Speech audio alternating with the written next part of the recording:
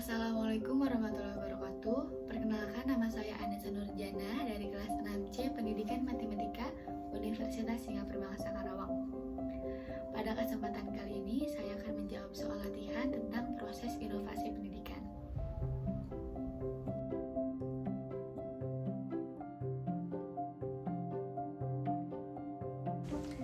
Proses keputusan inovasi adalah proses yang dilalui atau dialami oleh individu, dimulai dari pertama tahu adanya inovasi, kemudian dilanjutkan dengan keputusan setuju terhadap inovasi tersebut, kemudian penetapan keputusan menerima atau menolak inovasi tersebut, kemudian implementasi inovasi, dan yang terakhir konfirmasi terhadap keputusan inovasi yang telah diambilnya.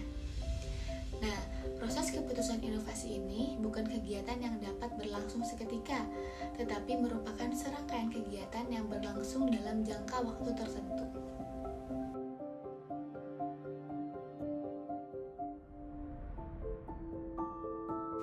Nah, faktor yang mempengaruhi biasanya bersumber pada dua hal. Yang pertama yaitu kemampuan sekolah untuk mengadakan respon terhadap tantangan kebutuhan masyarakat. Yang kedua, adanya usaha untuk menggunakan sekolah untuk memecahkan masalah yang dihadapi oleh masyarakat.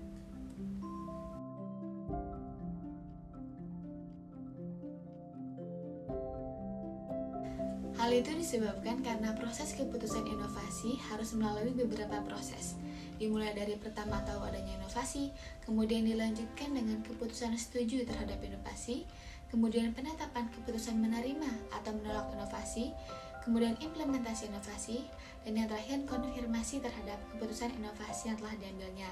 Nah, hal tersebutlah yang membuat proses keputusan inovasi membutuhkan jangka waktu yang panjang agar individu atau organisasi tersebut dapat menilai gagasan yang baru sebagai bahan pertimbangan untuk selanjutnya akan menolak atau menerima inovasi tersebut.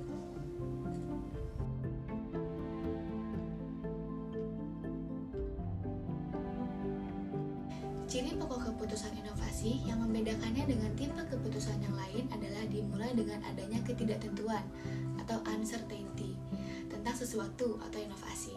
Nah, misalnya kita harus mengambil keputusan antara menghadiri rapat atau bermain olahraga. Maka kita sudah tahu nih apa yang akan kita lakukan jika olahraga, apa yang akan kita lakukan jika menghadiri rapat.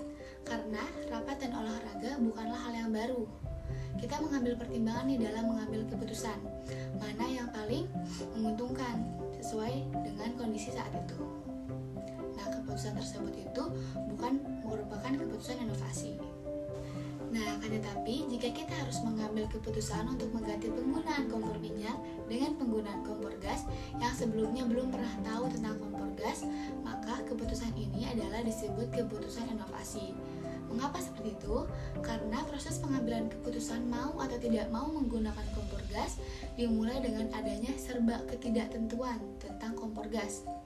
Masih terbuka berbagai alternatif karena mungkin lebih bersih, lebih hemat, lebih tahan lama, tetapi juga mungkin berbahaya. Nah, untuk sampai pada keputusan yang mantap menerima untuk menolak kompor gas, perlu informasi. Dengan kejelasan informasi akan mengurangi ketidaktentuan dan berani mengambil keputusan.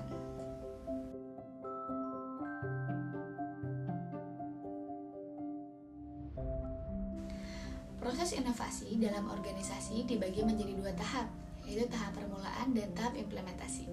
Nah, tiap tahap dibagi lagi menjadi beberapa langkah. Untuk tahap yang pertama, yaitu tahap permulaan. Langkah pertamanya yaitu langkah pengetahuan dan kesadaran.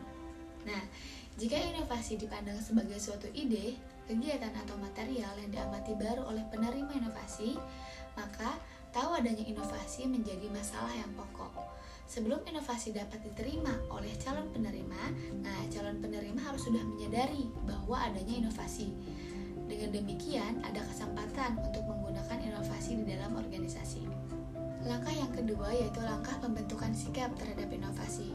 Nah, dari hasil penelitian menunjukkan bahwa sikap terhadap inovasi memegang peranan yang penting untuk menimbulkan motivasi untuk ingin berubah atau mau menerima inovasi tersebut. Kemudian langkah yang ketiga yaitu langkah pengambilan keputusan. Pada langkah ini, segala informasi tentang potensi inovasi dievaluasi. Jika unit pengambilan keputusan dalam organisasi menganggap bahwa inovasi itu memang dapat diterima dan ia senang untuk menerimanya, inovasi akan diterima dan diterapkan dalam organisasi tersebut. Demikian pula sebaliknya, jika unit pengambilan keputusan tidak menyukai dan menganggap inovasi tidak bermanfaat, maka ia menolaknya. Nah, tahap kedua yaitu tahap implementasi.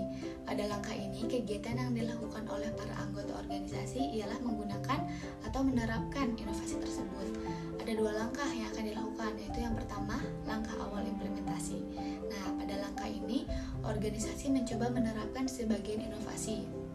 Misalnya, setelah dekan memutuskan bahwa semua dosen harus membuat persiapan mengajar dengan model satuan acara perkuliahan, maka pada awal penerapannya, setiap dosen diwajibkan membuat satu mata kuliah dulu sebelum nanti akan berlaku untuk semua mata kuliah.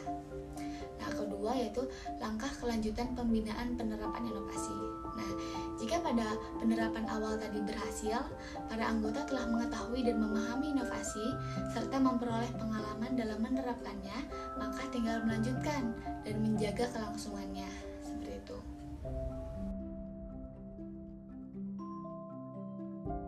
Nah, kesimpulan yang dapat kita ambil yaitu proses keputusan inovasi adalah proses yang dilalui atau dialami oleh individu, dimulai dari pertama tahu adanya inovasi, kemudian dilanjutkan dengan keputusan setuju terhadap inovasi tersebut, kemudian penetapan keputusan menerima atau menolak inovasi tersebut, kemudian implementasi inovasi, dan yang terakhir konfirmasi terhadap keputusan inovasi yang telah diambilnya.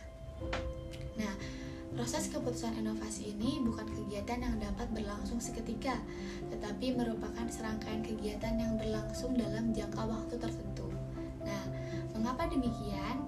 Hal itu karena proses keputusan inovasi harus melalui beberapa proses yang sudah saya sebutkan tadi, sehingga menggunakan jangka waktu yang panjang. Demikian yang dapat saya